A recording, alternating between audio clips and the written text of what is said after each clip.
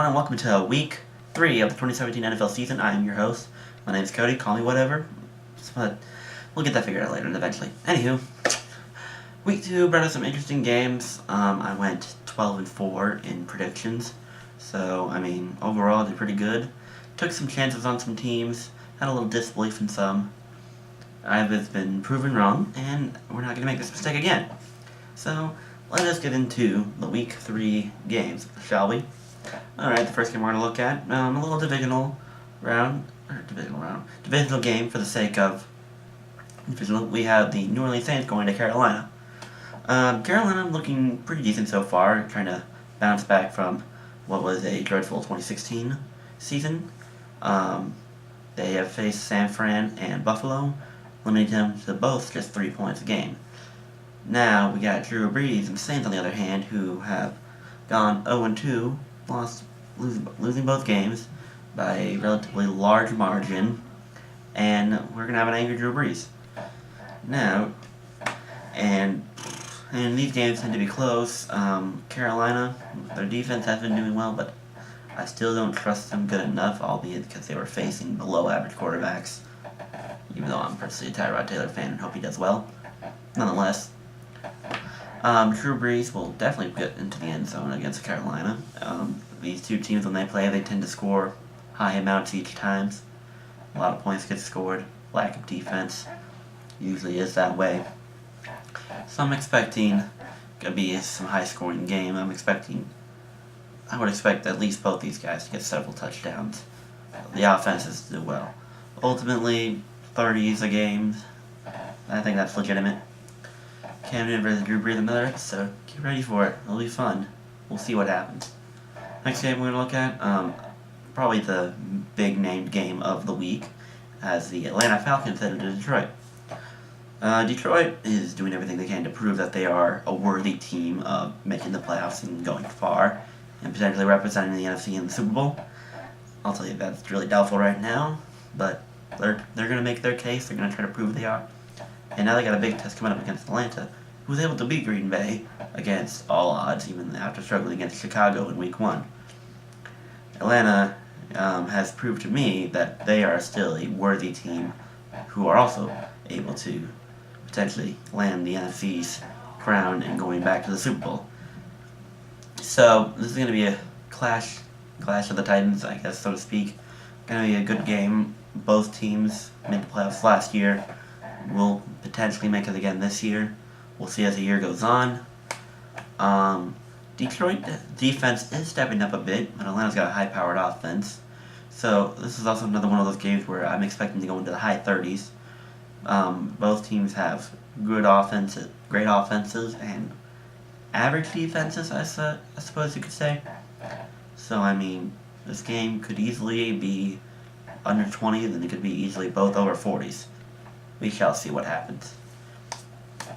And the final game, a little game that most bettors and gamblers are trying to stay away from, is when Seattle heads into Tennessee.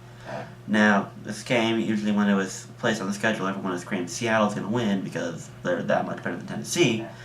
But as the progs in the Facebook page love to boast over the last couple of days, is that Seattle is 2-10 on the road in the Pete Carroll era in the month of September. Meaning Seattle sucks on the road in the month of September.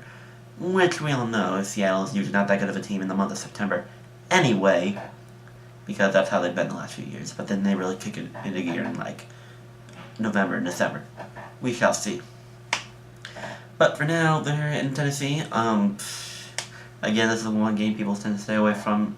Stay away from this game in your survival pools. That's my personal recommendation for you. But I'm going to have faith in the progs and faith in Tennessee. So, I guess whatever. I'll take Tennessee, but I wouldn't be surprised if Seattle comes in and wins this game.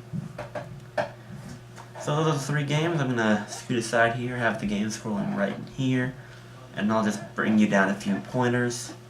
The Browns-Colts game, that's going to be a crap fest, probably a lack of touchdowns. In fact, a lot of people are predicting there's going to be 0 touchdowns, and it's going to be a la 3-6, 6-9, whatever. But I'll take a leap of faith and think Cleveland win this game. Mainly because I feel like they are a better overall team than the Colts are right now without Andrew Luck.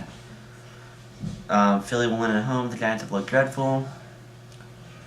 Dolphins, but I still have no faith in Jay Cutler. Tampa, mainly because Sam Bradford's out. So Tampa will take advantage of the lack of offense on the Minnesota Vikings side. And, maybe if Carson Palmer didn't suck and David Johnson was healthy, I might have taken the Cardinals. But I'm expecting an angry Dak and an angry Zeke to come back and to light up Arizona's defense. I wouldn't be surprised. Hopefully I left enough time for that to scroll. Enemy powers, yay. Anywho, in regards to the fantasy perspective, I again lost both games. Starting to get a little agitated. But I guess I don't really have myself to blame because I benched Michael Crabtree in both my leagues, which ended up hurting me. But in regards to the Friends League, it wouldn't have mattered because he would have gone into my flex, which I had CJ Anderson in my flex, so they did pretty much just as good.